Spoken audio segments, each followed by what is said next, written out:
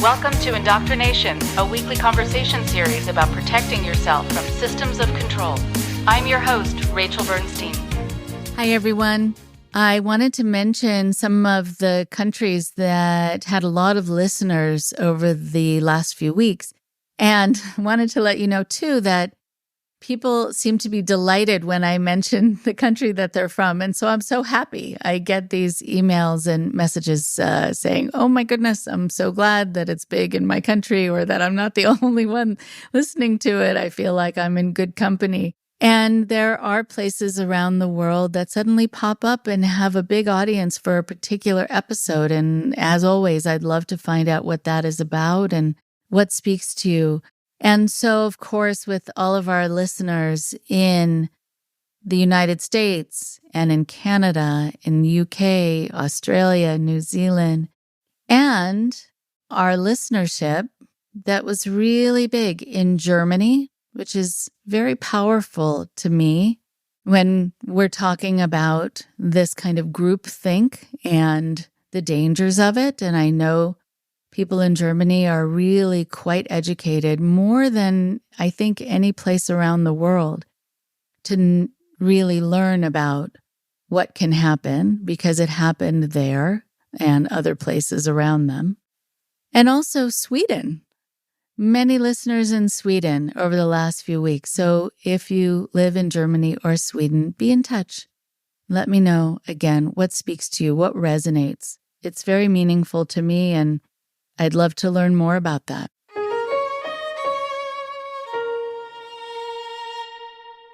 So for today, we have Emma Lehman. She is the host and producer of Gooned, a limited series investigative podcast now available on all platforms. Gooned is a podcast about the troubled teen industry, a network of profit-incentivized behavior modification facilities for youth, ranging from wilderness programs to therapeutic boarding schools. Emma grew up outside of Washington, D.C., and is a recent graduate of UCLA. She's currently living in Los Angeles alongside her beloved cat named Garlic. Garlic, that's such a sweet name for a cat. Gooned is Emma's second investigative podcast. Her first podcast, Texas Twiggy, explores the life and career of actress and producer Shelley Duvall. Both Gooned and Texas Twiggy are available wherever you get your podcasts. You can find more about Gooned at goonedpodcast.com. My talk with Emma was really powerful. Her story is one that is really important to be heard. Here's Emma now.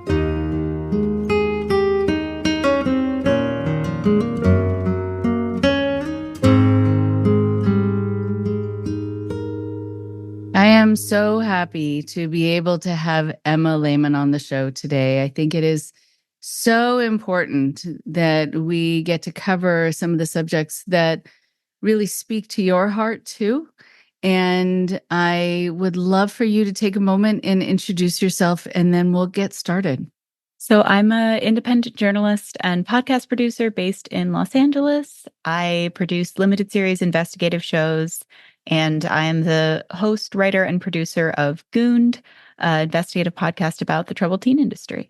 Really, the way I think about it is that it's considered to be for troubled teens, but it's a troubled industry. And also the idea of being gooned, which is, I think, a really good way of describing how people enter into the system against their will. So if you don't mind doing some defining of terms for us as we get started, go for it. For sure. So the troubled teen industry is a network of profit-incentivized behavior modification facilities for youth. It can range from wilderness programs to therapeutic boarding schools. There's a lot of different classifications. Schools will call themselves by several different names, youth ranches, camps. But for the most part, you'll hear wilderness therapy or therapeutic boarding school or residential treatment center. And gooning is a term used in the survivor community to describe the transport process. You can think of it as legal kidnapping, essentially parents provide a transfer of temporary custody and their consent for a company to come, usually in the middle of the night, against the child's will and or without the child's knowledge, to take them from their home and transport them to a troubled teen industry program, which could involve being driven. It could also involve being flown. Right. And from having talked to a lot of people who went through that experience in and of itself starts off the trauma. And I think there's something about having the people who love you, who are there, I think, to protect you, who might be either feeling like they're at their wits' end or they've been kind of convinced that this is the right move for you or a necessary move for you, that there's been something very traumatizing about being taken away by people from your home, from your bed at times, and having your parents not stop them. Typically, if someone comes into your house and is trying to take you away, your parents are going to be your first line of defense. And, you can rely on them. But looking over, people saying, I looked over at my mom, I looked over at my dad, and they did nothing, or they seemed upset, or they might not have realized that it was going to be that difficult, or maybe sometimes that violent, but they still didn't stop it. And that also adds to the trauma of really wondering who is there to protect you anymore. Have you heard about those stories?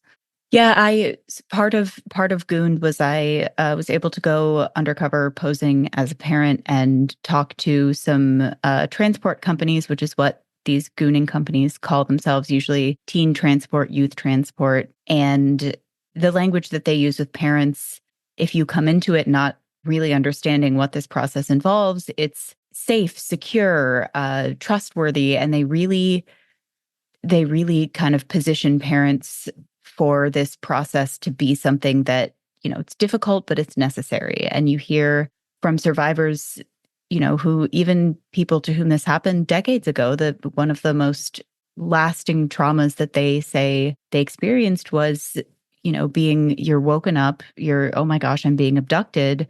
And then you see your parents in the hallway. And a lot of people remember very specifically, again, even if it's decades ago, they remember seeing their family being there. And several times posing as a parent, these companies they tell you, you can be there, but, it's probably better if your child doesn't see you, or they will emphasize, even before I had asked, they would say things like, we're going to do it at night, like no one else will know. We're keeping this a discreet family matter. And so there's already this kind of positioning of, this is something you don't want people to know about. This is kind of a shameful thing. At the same time, there's the cognitive dissonance of, you're signing this contract, you're entering into this agreement for people to come and essentially kidnap your child. And I think that seeing the complicity of your family in that transport process very specifically is something that a lot of survivors say is the most lasting trauma, even if they were in the industry for several years. Right. And I wonder also with this whole idea of parents not, I know we're launching into this this specific thing, and then we'll broaden our discussion, but the idea of also saying to parents, so you don't have to be there.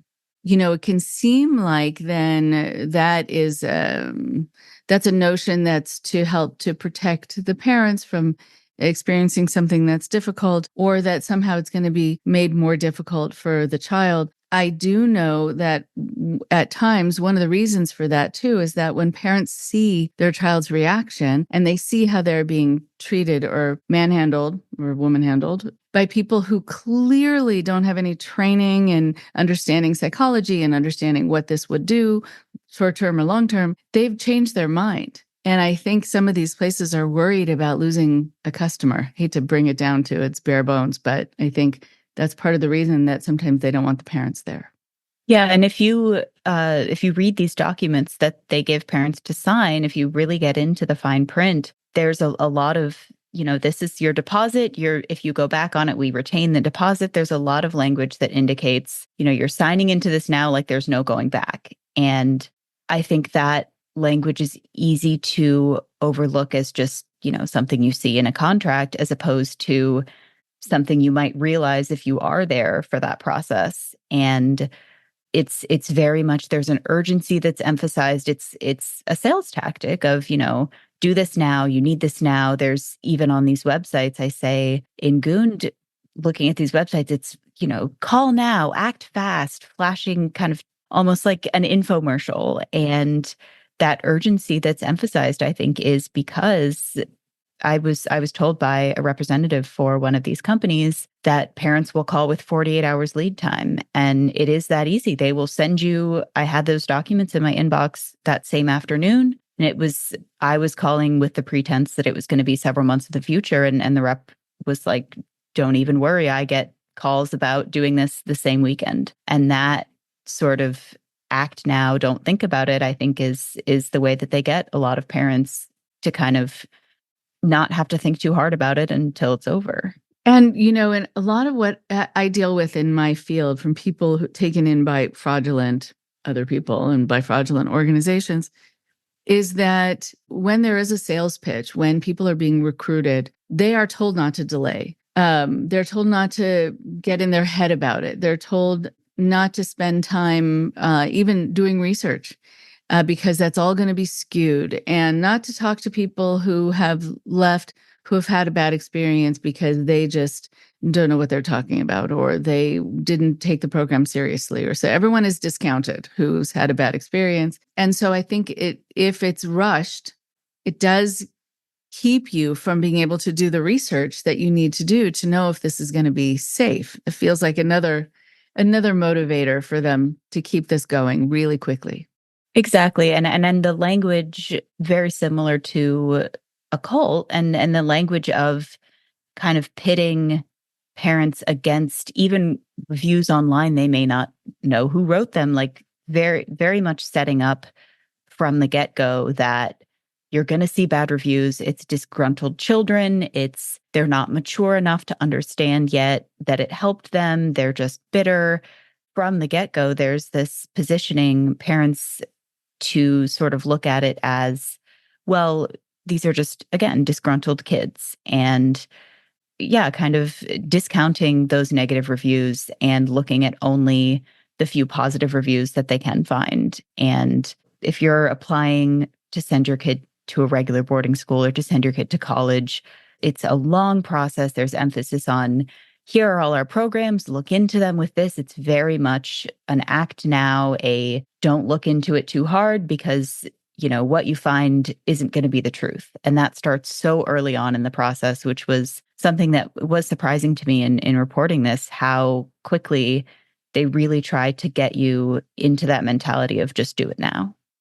Talking about reviews, and we'll get more into this later too, when people will ask me, because I want to go over the signs of things to watch out for, the things that you've learned, and I love that you've gone undercover, and I want to hear more about that. One of the things that I tell people when they want to see if something's potentially fraudulent is if they only have 5-star reviews, 100% 5-star reviews, because that's something they paid for, or they paid for a company to take off anything less than 5 stars. And also because I've talked to people who have said I wasn't allowed to leave until I wrote a review that was stellar, even though I had been suffering basically the whole time I was there. Or my parents weren't able to get some of their money back until I wrote this review. So don't trust the reviews necessarily. Really talk to people who have left and also who have not had good experiences there. Really do your due diligence. Be a smart consumer, especially for your loved ones. And so I'm wondering for you about your interest in this and what drove you, because similar to you, this has not been my experience, but it has drawn me in since the beginning of me hearing about it. And I haven't been able to put it down, similar to you. So tell me about what speaks to you about this. So I am not a survivor myself. I came across the TTI. I had done another production, Texas Twiggy, and it was about Shelley Duvall, who had appeared on the Dr. Phil show. So, of course, I started getting all the Dr. Phil recommendations in my YouTube, and it's a very common theme that he would send usually to wilderness therapy programs, but the TTI in general, Dr. Phil was a big channel into that. And I started seeing that and kind of had in the back of my mind, like, what is this? And this just seems like something I want to look into.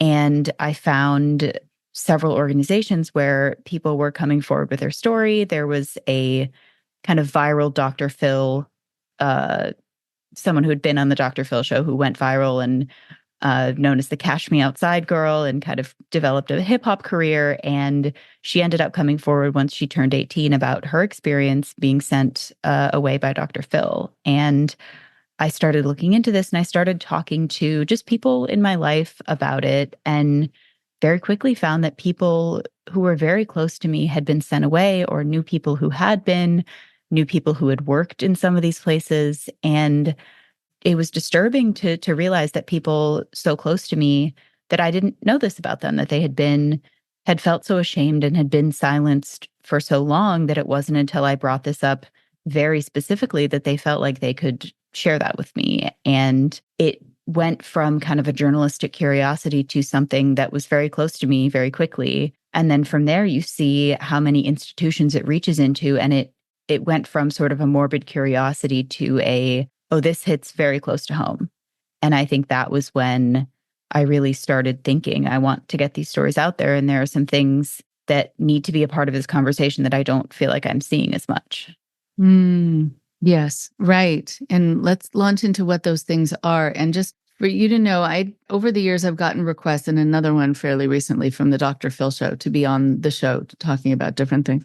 And I said to the producer, and so is a different name of a different person who's contacting me. So I guess I've told a bunch of different people now that if he changes his stance on sending people to things that really do them damage and do the family damage, I am happy to come on and lend my name to his show and, be on there. But I can't now, unless he doesn't mind that I come on and talk about that.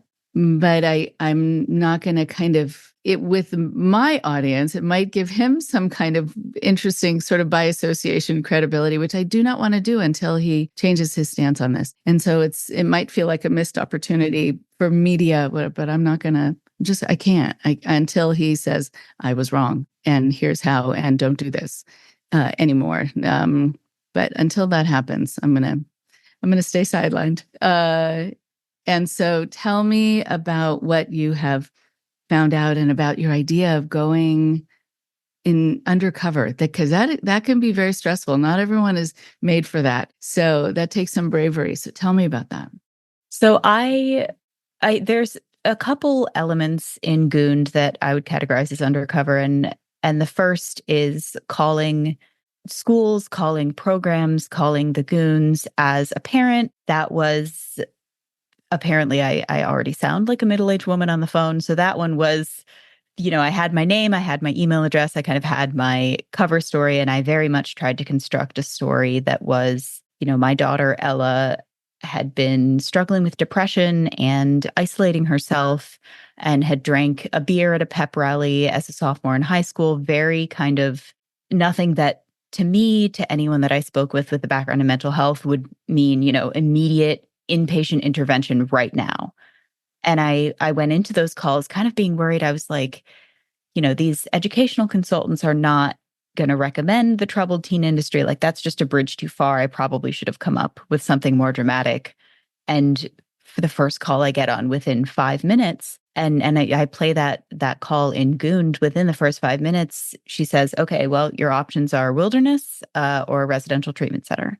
And the more that I talked to survivors about their experience and got on these calls, I felt like I was hearing all these perspectives, and I was realizing how nuanced of an issue this is. And there's a trade organization called NATSAP that's kind of the preeminent representative of this industry in legislation. They have conferences, resource sharing, and NATSAP is looked at as sort of the head of this industry, to the extent that it is one entity. And I was really looking at, as a journalist, I was like, in good faith, I want to get every perspective. I feel personally like I very much know my opinion on this. I don't see any point where I could agree with these people, but at the same time, I wanted to know how they talk to each other about this industry, how they kind of talk to themselves about it. A lot of people in NATSAP are program directors, higher ups. They've been in this industry for a long time. And I wanted to talk to these people. And I wanted, again, partially morbid curiosity, partially I felt like it was kind of my responsibility. If I've talked to 20 plus survivors and families, it only makes sense to talk to, I guess, what you could call the other side. And I ended up going to a conference, a regional conference for NATSAP and sort of troubled teen industry facilities in the Idaho area. And it was a crazy experience. I don't know if I'm ever really going to be able to find the right words to describe it, because coming off of, at that point, 6 months of reporting, of talking to people about their experiences, of really digging into this industry, going into that conference with that prior knowledge. And what I ended up finding, and I talk about this in Gooned, is that it really was just your average trade show. And I was so worried going in. I'm sweating through my suit, and I'm like, they're going to see through my cover story. My questions are going to be too pointed. And there was just, I compare it a lot to the movie Get Out, where it felt like we had the same facts and arrived at such a different conclusion that it's like, am I missing something? And no one is talking about, at that point, it was a few months after a pretty publicized death in a NATSAP facility. At the time that I was there, that facility had still not lost its NATSAP membership. There was no discussion of that, no discussion of what has been a huge uptick in legislation lately. And it was just this sort of twilight zone. If I was like, they're saying the quiet part out loud, I think is a phrase that I used a lot. And getting that audio and coming back home and kind of decompressing and listening back to it, I worried that putting some of those clips in the show, that people would think, well, that's a sentence taken out of context. And I would put in all the context, and it didn't make it any better. And it was just this very, very strange experience of knowing that we were operating with the same facts. We had doubtless heard many of the same stories and had arrived at such a different conclusion. And being in those talks, and it was difficult having to sit there and have them explain their methods or explain their outcomes. Or something I talk about in Gooned is these quote unquote studies that they put forth and explain why those studies work, and just sitting there and being like, no, this isn't, like, I have so much material to show you for why this isn't the case and why this is not the conclusion you should be arriving at. And it really showed me kind of how this industry is still operating from the inside, and how these people who are very high up in these programs, not just the day staff, but the program directors and the admissions representatives, the way that they sort of keep themselves in this industry with a clear conscience. And it was a very important, the audio that I got aside, it was a very important perspective for me to have, to understand when I'm reporting this, when I'm giving people this information, what's happening behind the scenes, kind of at the helm of this machine that has kept it running for so long. It is incredible. And yes, so your bravery and just showing up there and kind of assuming something horrible is going to happen or you're going to be found out, I'm sure is very hard, and that you persevered, which is fantastic. So you were able to get what you needed to get. It sounds to me like there's a certain boldness. I feel like organizations that have gotten away with things are bold. They will just come out and in a very calm way talk about what they provide and what they do. And I hope at some point they no longer feel like they can do that with confidence and with that kind of slick presentation, like, we got this. I want them to look as nervous as you did when you were arriving. I want them to be sweating through their shirts, but that's not going to happen until there's more legislation, until there's oversight, until they also either shut down or they learn to do this differently in a healthy way, because I think teens and others do need support. I think sometimes they do need to get away from their family. I think the family thinks because they're the problem, but the family can often be the problem. And so I think it is good to be able to have resources available and places for them to go, but only if people are trained and it's healthy and the outcomes are verifiable and people are watching what's happening. And so what, from your sense of just their countenance, did you get a sense that they just felt protected and they could say whatever and promise whatever? it was kind of this echo chamber. It was a lot of things that, if you said that in a different context, of course, around survivors or activists, but if you one clip that I use in Gooned, a program director is talking about, I'm really good at manipulating people to do things in a way that is convenient for me. And Wow.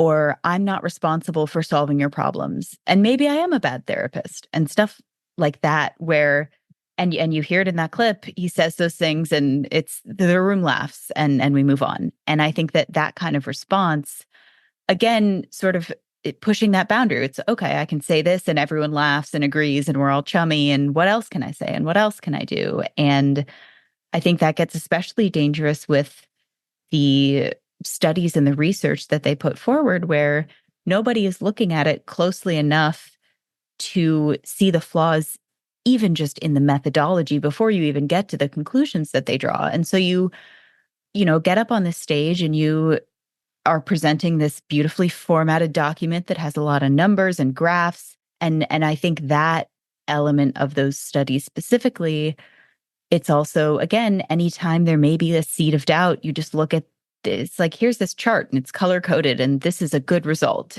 And what was interesting, my cover story was that I was a PhD candidate in clinical psychology, and I have a few friends who are in that program, and I had them sit me down and kind of be like, these are the classes you're taking, these are the parts of the brain. And I was so weird. I was like, these people all work in mental health, they're going to see right through that. And they never did. And so I'm looking at these studies and it's, everyone, I'm a English major, I'm a journalist, and everyone in this room is just as equipped to understand what they're looking at as I am. Yet they've been in this industry for decades and decades. And watching kind of this snowball effect of nobody is pushing back against this. And there were so many times that I would kind of look around me and be like, we all heard that there's a part that I play in Gooned of a song that a music therapist plays that a student in their TTI facility had written. And it talks about having no place to call home and feeling trapped and, kind of, I should be grateful, but I don't know what to do.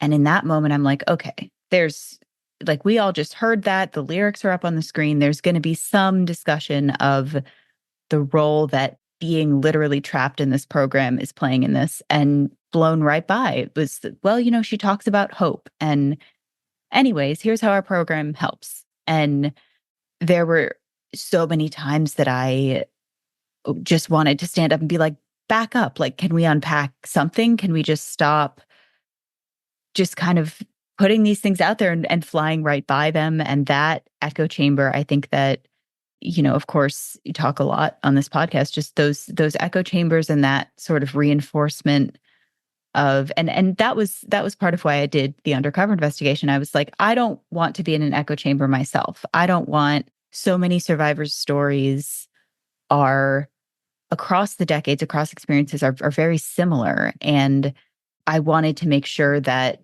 I was getting every perspective, because I understand that as a journalist, it's very easy to, especially when you're handling such traumatic stories, you want to, this is true and this is the one correct answer. And I didn't want to be in that echo chamber, because I understand how dangerous that can be. And so going undercover, it really just, it reinforced how easy it can be to hear, not even just not get pushback for those things, but hear them said back to you, and hear people kind of telling you, oh, you're doing great work, you're doing great work. And I very much had to restrain myself from kind of prodding too hard. And then at the same time, every time that I would say something and be like, oh, like I just kind of revealed what's going on, like that was too obvious of a question. And they were just very, very transparent in a way that was incredibly startling to me. And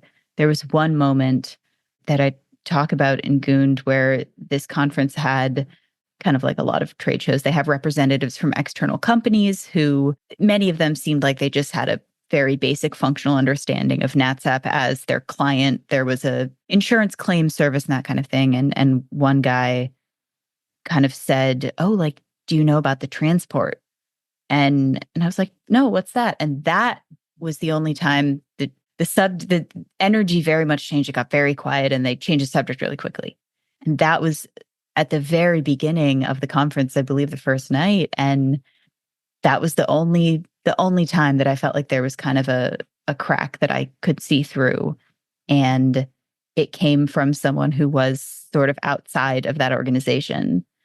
And that, again, just kind of to give you a sense of this environment, like it was on an upper floor of a conference center, not a lot of natural light. And it just very much felt like, I was like, there's no outside world influence here in a very literal way. And that sort of the few times that I would talk to, again, representatives from the external companies that were there. And one of them, we were talking about that study that was presented, and she kind of mentioned, and she was like, well, it doesn't really make sense if they're collecting this data, it's self-reported data, but I get, I guess it's fine. And then she moved on to talking about the results, and those sort of glimmers of people who have not been in it as long or who are not as directly tied to the operation of this organization, kind of seeing something there that might not make sense, but then looking around them and seeing, well, everyone else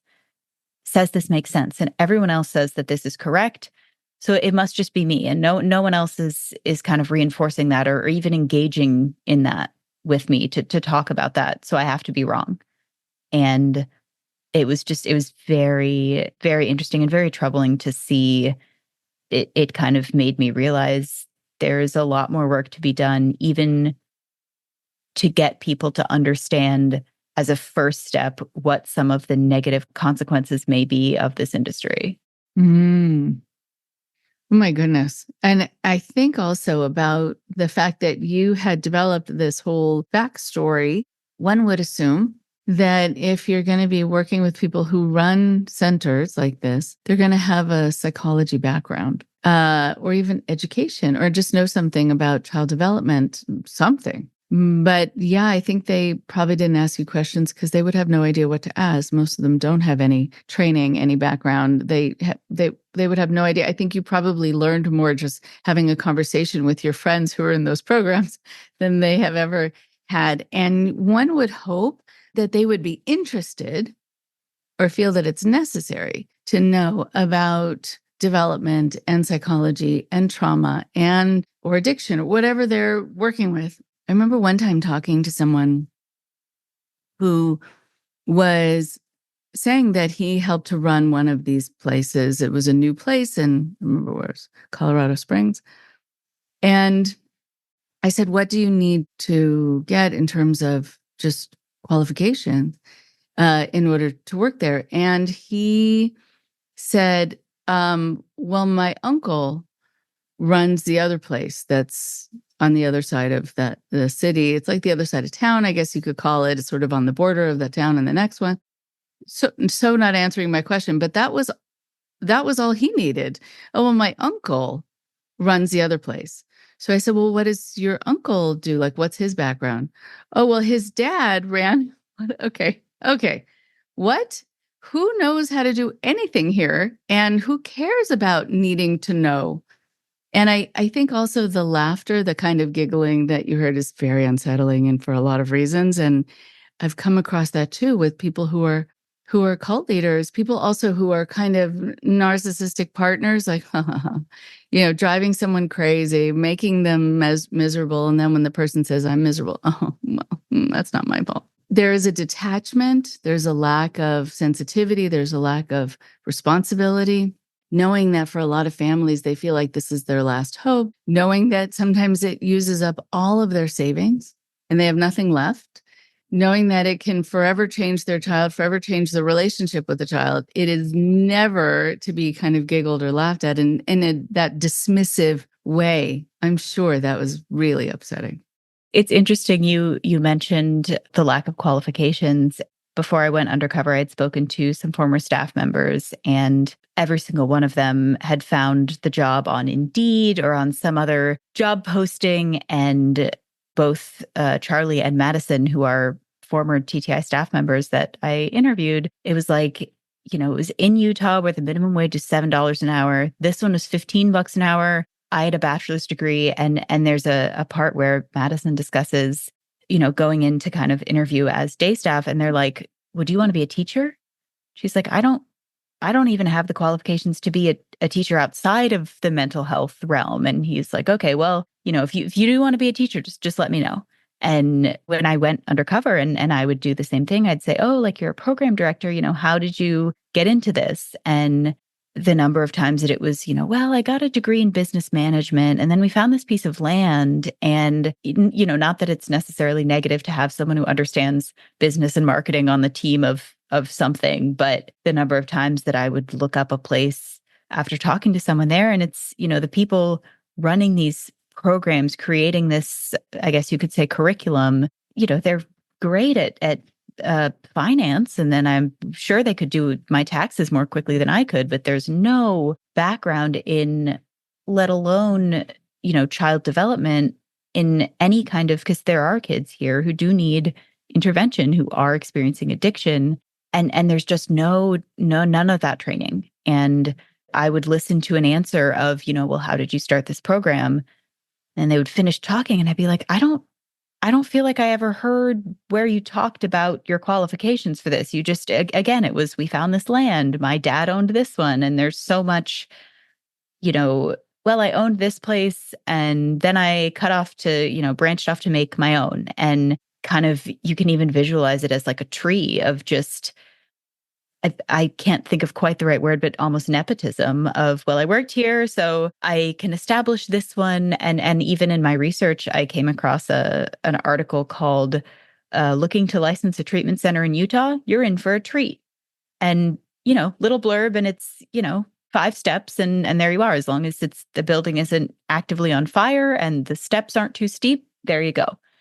And a lot of people may know that the day staff are underqualified or, kind of don't know what they're getting into. But I don't think that people understand that lack of qualification, lack of understanding of what they're dealing with goes all the way up to the people literally creating the program that these kids are being put through. And I had very much expected at this conference, again, of kind of the upper echelons of this industry, to be talking to people who would be able to see through a story about a PhD clinical psychology student, or who would be able to, I have a functional understanding of mental health, and especially after researching this show. And I was like, why do I feel like this is not my area of expertise? And I feel like I have more of an understanding of this than a lot of the people I'm talking to. And that was really alarming to, parents aren't talking to these program directors. They're talking to people kind of farther down the chain. And I think that there's an assumption that, oh, it's got a NATSAP seal. So that's a seal. That's a little symbol, like it's some kind of accreditation. And that's not what it is. You pay to join NATSAP and you're in. And that was very, very clear being there in person, that it is literally a pay to play. And that, those little disclaimers of, we don't accredit or recommend anything specifically. It's, again, monthly fee and you are in, and it takes a lot to lose your NATSAP membership. Again, it took lawsuits for Diamond Ranch Academy to close after that death last year. And it was not until right up until the very end that they were even denied their membership in NATSAP. There was no statement, no, hey, here's what happened. This is why they're no longer a member. It was just, you go to the link on their page and it can't be found.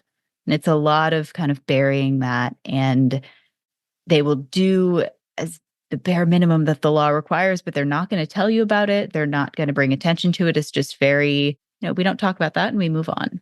And there are programs with deaths, with reported deaths, whether from negligence and neglect or deaths by suicide, that are still actively NATSAP members. And that same school, Diamond Ranch Academy, had several previous publicized cases of abuse and I believe a death. And it was not until one that, really got publicized that people knew about, that they were like, okay, I guess we have to remove this one, which is, they're still getting the money from them. So to them, that's, you're still part of the organization. Incredible. So I remember when I was starting out in this field in the late 80s, early 90s, that I remember hearing about places like Sea-Doo and that are now infamous. But at the time, were given so much credibility because the leaders were having their picture taken with, people in government, I think the Reagans and the Just Say No people, right? So it lent itself to seeming like this was all okay and very high level. And so people are really persuaded by those visuals. And it is important for people to not be, and in fact, wonder why they're trying so hard to do PR. I went to a new specialist. It was a dentist, actually. So I was checking out a new dentist. I walked in, and there was pictures on the wall of him, tons of 5x7s of him shaking hands with all the famous patients he has. And I just made a U-turn, and I thought he's trying way too hard.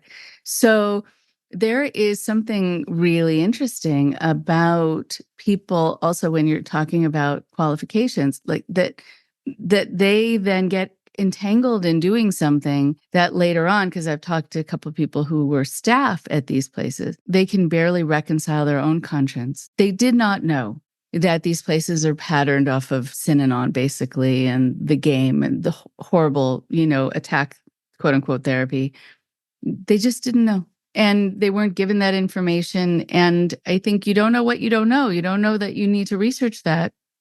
And so I think it hurts everyone, including the staff, if your conscience starts to get the better of you because you're being used in something that is really a business that only serves the organization, doesn't serve anyone else. I don't know if you had a chance to talk to people also who were staff, or if there are kind of interactions you had even with people who were in these places that have really stayed with you. I'd love to hear about them. So I think I did talk to several former staff members, and one of them had actually been sent away herself as a child, and when she was about 11. And she started working there when she was in her early 20s. And she was kind of pulled in with, well, we're trauma informed. This is different. The facility, she said, it looked a lot nicer than where I was sent. And I was kind of like, okay, maybe this has gotten better. I would love to be able to help people experience something that isn't what I was sent away for. And it wasn't until months and months in after she'd experienced a traumatic brain injury from having to, she had to restrain a girl who was trying to jump in front of semi-trucks, was never given insurance information, and just all this mismanagement. She was monitored there was an unrelated investigation of that facility, and they brought her in for questioning about a specific staff member, and management is right outside that door. And she's like, I don't feel like I can talk to the state. And, she kind of told me that it wasn't until she really started talking to a lot of her coworkers and realizing, oh yeah, they didn't, that window that someone shattered, they just put tape over it and didn't do anything. And that's kind of dangerous. And I know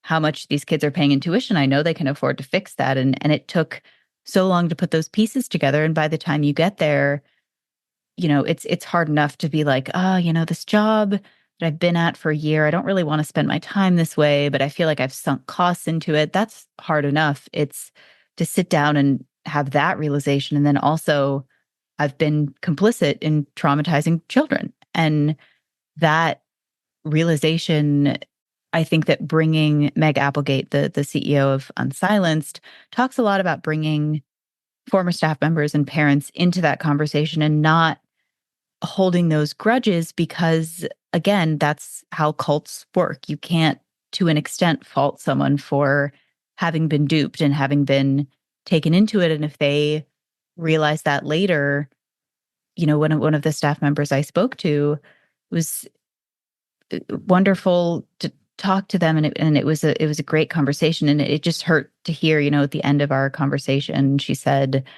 I just hope that I haven't been complicit in anyone's trauma, but I know in the back of my head that I probably have, and I have to live with that for the rest of my life. And what do you say to that? That's just something you have to live with. And I think that if we look at it as these former staff members who were roped into it, parents who are very much roped into it. It's all of us against that industry. We're not against those staff members. We're not against, people who, again, have been victimized by the industry as a whole. And I think that probably the most impactful thing that really stuck with me was one of the first interviews I did. I was talking to a guy, his mid-40s.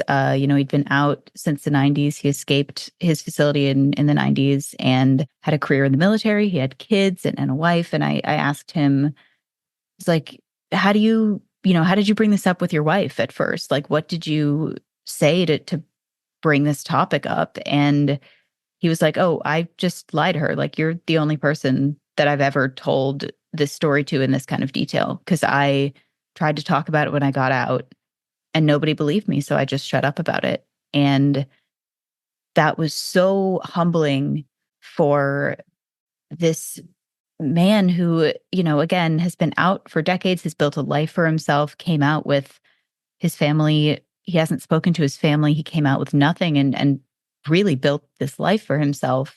And to hear that he had been shamed and silenced for so long, despite trying to talk to people about it, and to be able to be that outlet for him and for others was so humbling. And it was so, but it also, it made me a little bit angry that I was like, I'm not a qualified therapist. Like, the fact that you haven't been able to, or feel like you haven't had access to people who believe you, to qualified mental health care professionals who can help you work through that trauma. The fact that this phone interview is the first time that you felt comfortable talking about this, it just really speaks to how lasting these effects can be, and how long many survivors I spoke to, Caroline Cole, who co-hosted Trapped in Treatment, a podcast produced by Paris Hilton about the troubled teen industry. And she said many times, she didn't believe the program was a bad thing until Paris came out with her story. And that's the story of a lot of survivors, is that Paris Hilton, putting her story out there really brought people into not only knowing that these places existed, but suddenly it was, the more popular outlook was, oh, that's terrible. And for many survivors, that was the first time that they kind of had license to be like, well, that happened to me too. And I'd always been told that that was what I needed, and I just needed to get over it. And I was weak for not having taken advantage of it and what have you. And for a lot of survivors, it wasn't until years, even decades after they got out, that they even realized that it was a bad thing. And I think that was very impactful for me to hear, that it took something like Paris coming forward, not only for the public perception to shift, but for survivors who went through this to be able to trust themselves and to say, hey, like, the things that I have known for a long time, that I knew while I was in there, are true. And this wasn't okay. And it's okay for me to be angry. It's okay for me to not feel like this helped me. It's okay for me to have experienced this trauma even after I got out. And to be able to be that outlet for people and to be able to get those stories out there, I think that contributing to that conversation, a lot of younger survivors on TikTok now are much more willing to kind of not only talk about their experiences, but show their faces, name their schools, their programs, and being able to lend that specificity to, here's exactly what happened to me. And that experience is mirrored across the decades, across whatever, you were sent away for, and finding that community. But I think that older survivors, a lot of times, it took many, many decades before they could even allow themselves to believe themselves and allow themselves to really inhabit what they knew the whole time.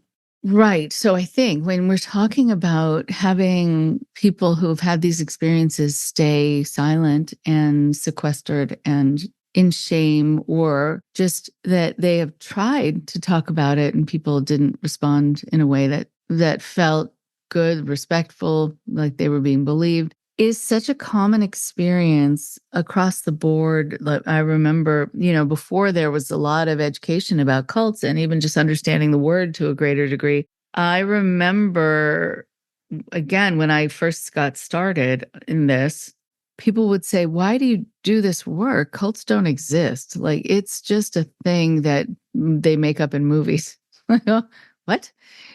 So there was already that of just needing to help the public get that this happens, that people can be taken over, that people can be convinced of things, people can be convinced of things about themselves that aren't true.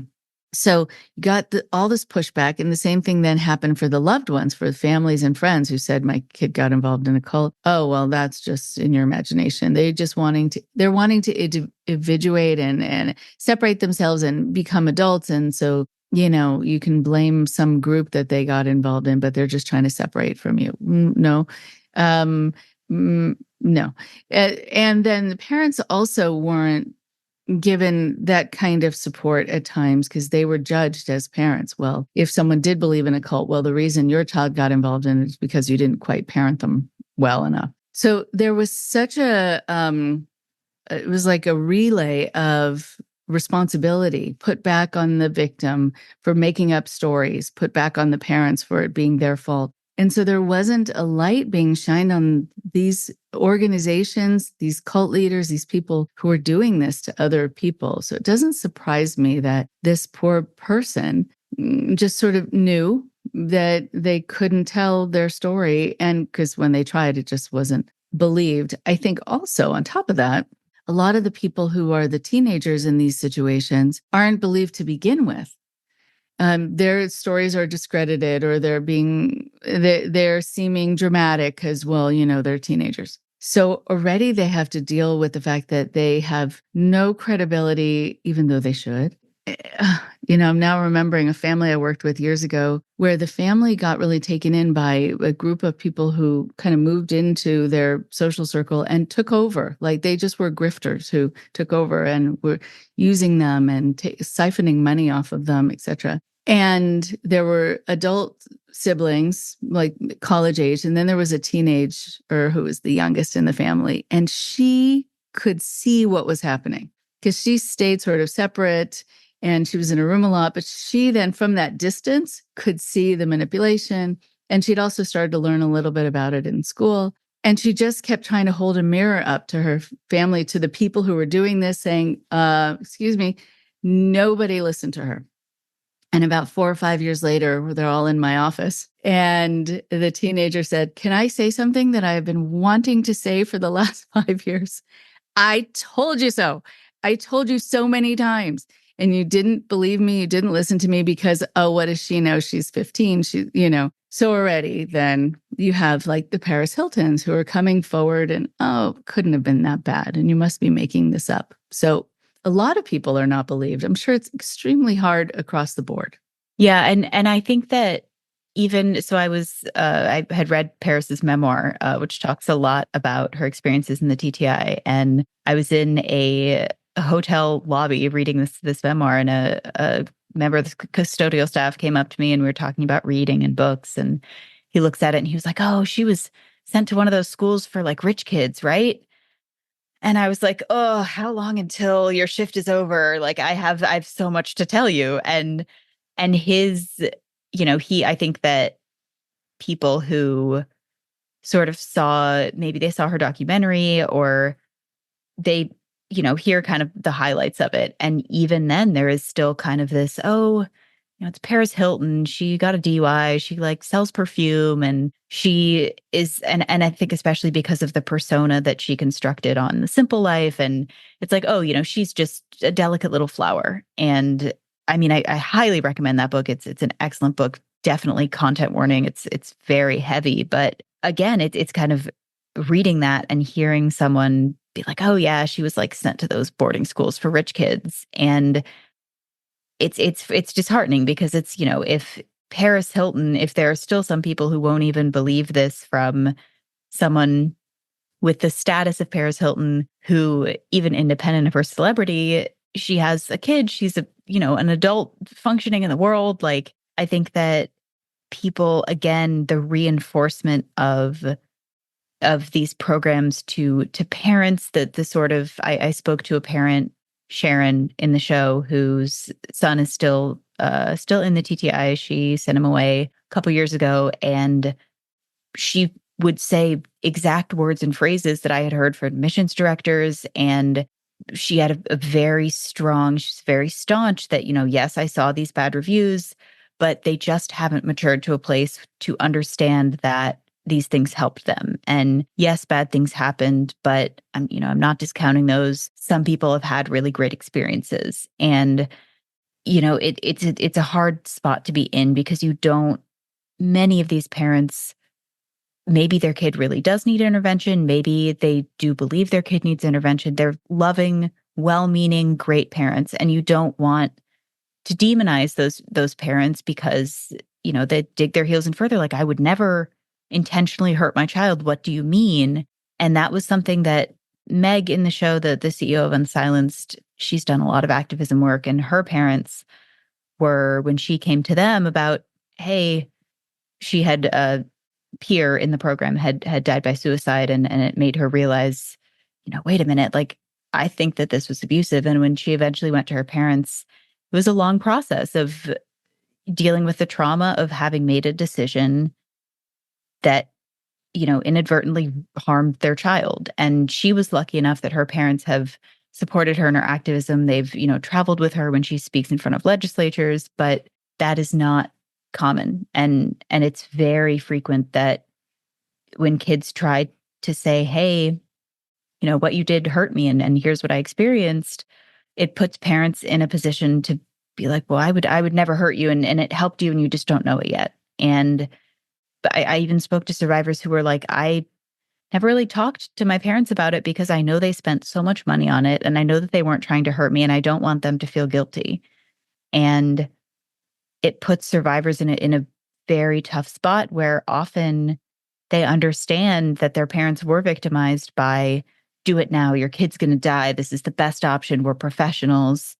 And it's interesting too, because, these aren't, even if they are still, they get out and they're 18 or they're 19, or even those recent survivors, these aren't disgruntled, bitter kids with a grudge. These are kids who were sent into this program, say by their parents specifically. And even immediately after getting out, some of these teenagers have empathy for that nuance of their parents having been victimized to an extent as well. And I think that takes, I was a teen. I got mad at my parents and held grudges for stuff that's so much less consequential. You didn't, just little things that, oh, you hurt me by not letting me go to the mall with my friends. And like the maturity that's required to understand that the people who victimized you were also victimized, that it's such a complex issue. And I think it's great that, the movement is open to parents, especially. I think give it a lot of credibility, where it's like, if you have the maturity, if you have the empathy to extend an olive branch to your kid to say, obviously no one has to forgive if they don't want to, but to say, this is an explanation, not an excuse. I was told that this would help you. I wanted you to get help. And I see now that that was the wrong choice to make. And bringing those parents over into the movement, I think, is really important, because it, as much as it would be great if we could give credibility to the survivors, to these teenagers, I think that doesn't happen a lot of the time. And I think that former staff members and parents who are saying, hey, we were also taken advantage of, people see that and it's like, okay, so we have so many survivor stories and parents saying, this is why we sent our kid away, and we were duped. And I think that that's really important, that we give people time and that we don't automatically say, even that conversation I had with that mother, I was expecting to come out of it being like, oh, I can't believe she would make this decision. She's such a bad person. I'm so angry. And I came out of it and just felt very defeated. And I was like, I just spent an hour talking to someone who really cares about her child, who really understands that it takes work on the family side, who wants their kid to succeed in life. And I can't be mad at her. I understand what happened, and I see her parroting the language that was told to me when I posed as a parent. And it's so frustrating, but it's also, again, giving it time and, understanding that the more that you demonize and kind of lambast, especially specific parents for making this choice, the more that it's going to be hard to sit down and confront themselves and say, like, yeah, I did this and I shouldn't have, or this, what my kid is telling me about their experience is true. And I want to try to mend that relationship. And I think that is so important. Right. So going back to this idea that kids sometimes have this real sense of conscientiousness and sensitivity about what their parents gave to make this happen for them with a good intention, I think is really lovely. And it says a lot about their conscience and how much they do care about other people's emotions, especially their family. And it is also true. And talking to Meg, who's a previous guest on the show who talked about talking to her parents, I will tell a lot of parents that there really is no cost in the way they think there's going to be a cost in saying, I'm sorry. In fact, there's a great payout because I know that there are people who I work with of all ages, but who have dealt with the loss of a parent. And one of the major regrets sometimes in that relationship is I never heard my father or my mother say, I'm sorry. It just comes up so often that it is a really significant phrase. And it doesn't mean as a parent that you're saying, I take responsibility for everything in this situation.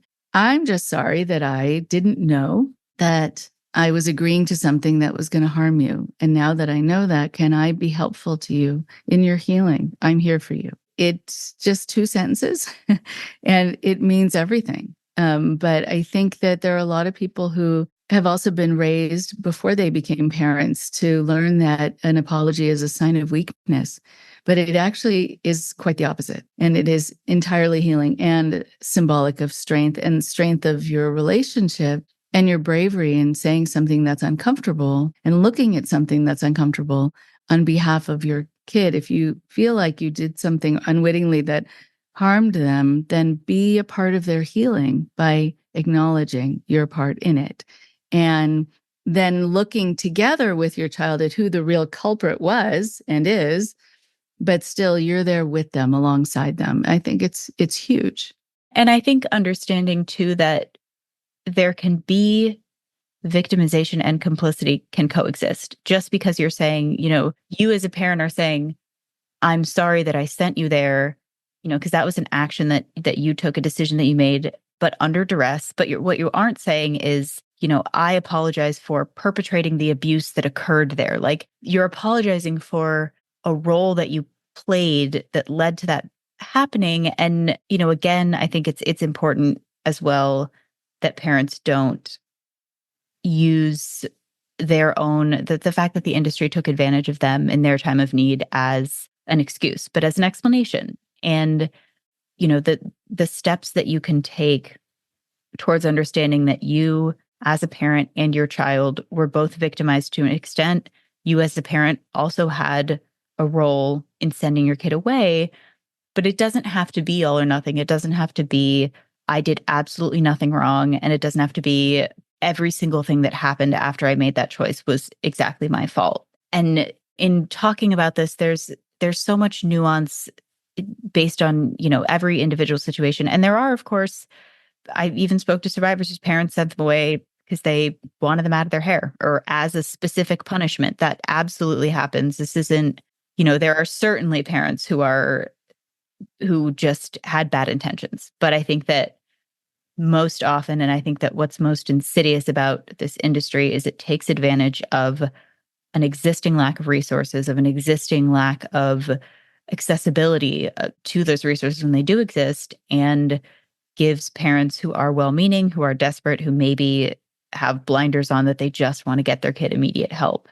And the healing process, I think that now that there's more information available, I think I've seen it become more common that 6 months, a year after you get out, you can kind of have that conversation with your family because you have something to back it up, as opposed to decades later we haven't spoken since then. I spoke to several survivors and asked them what their relationship is like with their family. And it's, I haven't seen them since. And whether that's because their families disowned them or because they didn't, want to have that relationship, it can be devastating to a relationship with the family, but it absolutely doesn't have to be. And there can be stories of forgiveness and not, of course, you don't have to forget. You also don't have to forgive. But I think that just that acknowledgement of, I did not intend for this to happen. This was not what I wanted to come out of this, but it is what came out of it.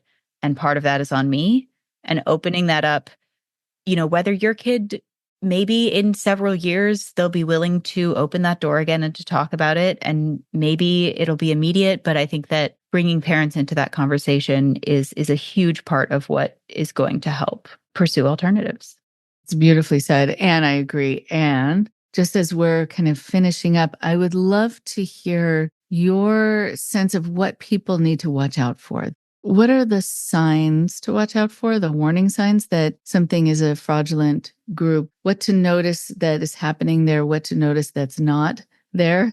Because I think it can sometimes be different for different places, but there are usually some overlaps of really important things. And I want people to be able to be smart and safe consumers of any kind of help for their children. So what have you learned about what we all need to watch out for?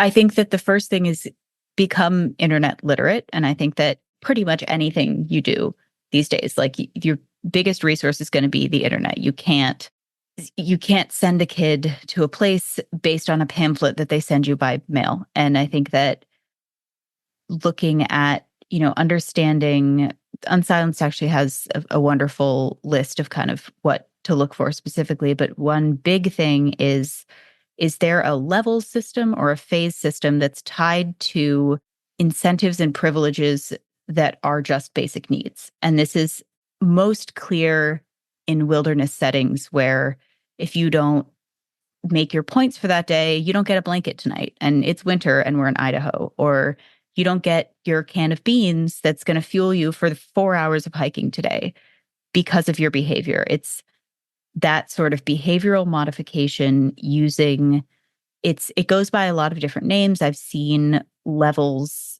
The levels system is not used as a phrase as much anymore because of that pushback, but whether it's levels or phases, it gives this illusion of, oh, okay, there's a roadmap. They're not going to be here forever. They're going to work up to level 5 and then they're going to graduate. And those levels are very often used to get more money out of parents to keep kids there longer, because they'll say, yeah, your kid could have graduated. We said a year and they're on level 5, but they did this thing and now they're on level 4. So we're going to have to keep them. And so that level system is used as kind of a justification for keeping kids there longer. And it's also attached to incentives. And even if it's not in wilderness, those quote unquote privileges are often reading, writing, the length of time that you're able to contact your family. And that's, I think, one of the first things that parents need to ask when they're investigating any kind of, especially inpatient treatment, but any kind of treatment is, if I decide on a Tuesday morning that I'm going to come down and visit my kid, will I get to go in there and talk to my child alone? Will I get to see my child? Does my child have internet access? Do they have a phone? Do they have a direct line to me? There's often sort of a sequester period of 30, 60, 90 days of no contact with your family right when you get into the program. And there's various justifications for this. Again, very similar to a cult where, you want to disconnect from your old life. And some places will say, don't send your kid pictures of the family. Don't send your kid pictures of the friend. We're starting fresh. And I think the biggest thing to look for before you even consider a program is, what level of contact will I have with my kid? And what power do I have? And what power does my kid have to remove themselves from this program? And it varies a lot by state. I know that certain states like California, if a child is experiencing abuse, they are allowed to remove themselves before they're 18. In Utah, where there are a lot of troubled teen industry programs, it's a parents' rights state, and that's not the case. And you, as a parent, you need to be making yourself open and available to your kid. Tell me what's happening here, not through a letter that you wrote with maybe someone looking over your shoulder or someone dictating, but through in-person frequent visits in a situation where it is an inpatient treatment, where you for whatever reason, can't keep them at home, can't keep them in their community. If it really must be inpatient, I think parents need to make sure that they are able to not only visit their child, but talk to their child without monitoring, not on the phone, not through a letter, not through an email, but in person.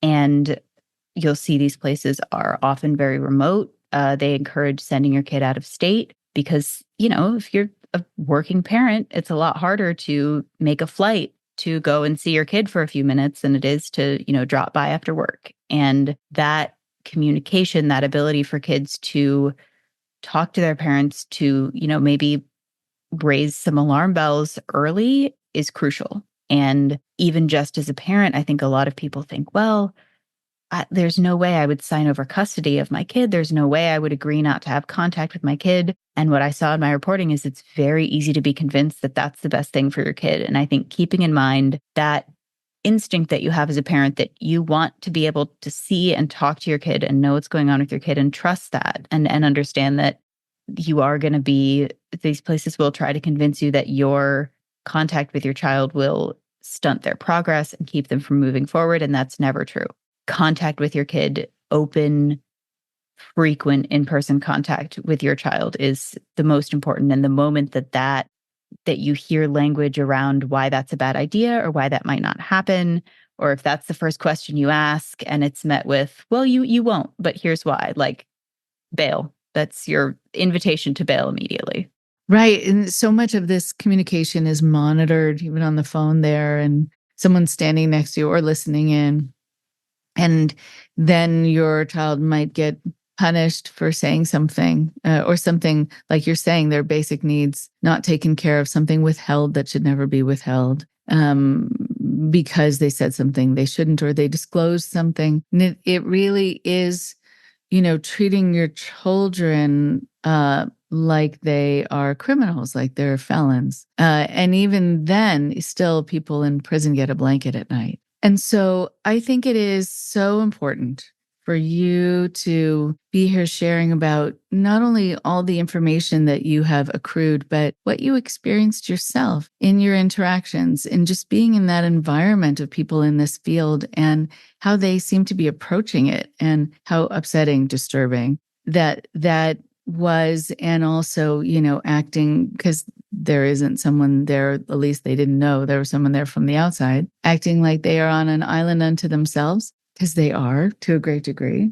So thank you so much for your work and for your continued exposure of this and really shedding a light on something that has remained in the shadows for way too long. And people have gotten away with things that they really shouldn't, which I think just makes them more dangerous. So thank you. Yeah, thank you so much for having me on. I really hope that people enjoy the podcast and also, get some of those perspectives that I don't think are out there that I think are really important as the legislation takes off and Paris' story and, there's new documentaries coming out about it. I think that we need to keep in mind a lot of the things that I talk about on the show and not just the sensational aspect of what happens in that facility, but what happens to get there, how we have gotten there as a society, how people get there as individuals, and then what happens afterwards, I think is very important. Thank you. Thank you so much, Emma. It's a pleasure to talk to you and to tackle this really difficult and disturbing subject. Yeah, thank you so much for having me on.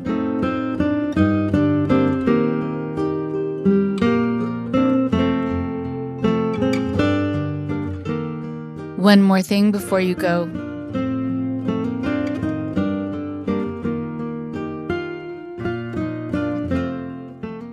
Thank you to Emma. It is so upsetting to hear about these kinds of stories, where people are so incredibly mistreated and misunderstood. When you go to some of these treatment centers and then need treatment because you were in the treatment center, I don't think you can call it a treatment center anymore. I think it's something that is damaging, that is dangerous, that is so irresponsible, and is so rejecting of the individual and really getting to know them, really helping them understand themselves and feeling accepted and empowered. No, that just does not happen. And instead, their self gets rejected. You are not okay the way you are. We are going to somehow change you. We're going to convince you that you need to be a different way, that you need to behave a different way. And that message is so destructive. But it's also something, as Emma was talking about, that happens very often with these teen treatment places, that people are sent just because their family doesn't accept them. So, I know, because I've worked with them, I know a number of people who have been sent to some of these places because they did take drugs, but that wasn't the problem. They actually were not getting out of control with it. They were self-medicating because there was another problem. It's one of the reasons that I have an issue with 12-step programs, even though I know for some people they are life-saving, and I wouldn't want to take that away from them. But the issue that I have time and time again is that people have to call themselves addicts. They have to call themselves alcoholics. They have to call themselves drug addicts, drug abusers. And for most people, a vast majority, that is not the issue. That is not the core issue. It is a way of numbing the pain of something else. And it's a way to feel emboldened in your life if you're on something because you have social anxiety, and that's the issue. It doesn't get to the heart, it doesn't get to the root. And it just pathologizes the reaction, the behavioral reaction to another problem. That just doesn't get discussed, and you don't get help with it. And so people who, let's say, are suffering from tremendous depression and are told, oh, well, if you try this, you might feel better. Then they try that, and then they get sent somewhere for having tried that, but who's dealing with the depression? And there's some people also who have so many strict rules in their family system growing up that they're trying to push the walls out, seeing kind of where they have some freedom. And so they might go on a joyride or they might climb out the window because everything is so structured, so many rules, that they're just looking for a little bit of freedom, which is something that's highly connected to just being a human being. And then they get sent somewhere for being out of control, and then their freedom is taken away. Then they're caged again. How does this help? So often I hear people also being told that they need to go to these places because their parents have noticed that they're gay and want them to kind of have that taken out of them. It must feel strange saying it because it just sounds insane. And it's so not in line with how identity works. But I also think now there are a number of people who are talking about transitioning from male to female, female to male, and that is not okay with their family, and they're sent to these places for somehow having out of control behavior, and all they're really trying to do is become the person who they wish they could see in the mirror that matches how they feel inside. And so then they're sent somewhere where they are made to feel like they are really out of control. They are given labels to talk about them being awful people, terrible, out of control teens. And no one really gets a chance to say, I was just unhappy, or I wasn't feeling comfortable in my own skin. I was trying to see who I really was. But within these treatment centers, individuality does not matter. Conformity absolutely matters. So how do you find out who you really are when you're told what is wrong with you? And you also need to act like everybody else there and do as everyone else does. There is so much that's contrary to human development in these places. And I think that that's part and parcel for when you have something like this run by people who really know nothing a lot of the time. Not all the time, but a lot of the time. They haven't taken one course in really anything sometimes, but not in human development, psychology, education, any of it. They have no qualifications in these places, usually, that are so destructive. What I think is also important, though, when we talk about people being sent off. Now, for some people, I have heard them say, I was really going down a very bad path. I was actually scaring myself. And I did need to have a chance to regroup and to be somewhere where I could kind of settle into understanding myself and getting help and having my parents also incorporated into my treatment so that they could learn about what I needed and who I was and what I needed from them as parents. That is a beautiful system that I just described that is very possible, but not in these places. Because having families all get along, having a person really feel good about themselves when they leave, none of that matters in these destructive treatment centers. Most importantly, though,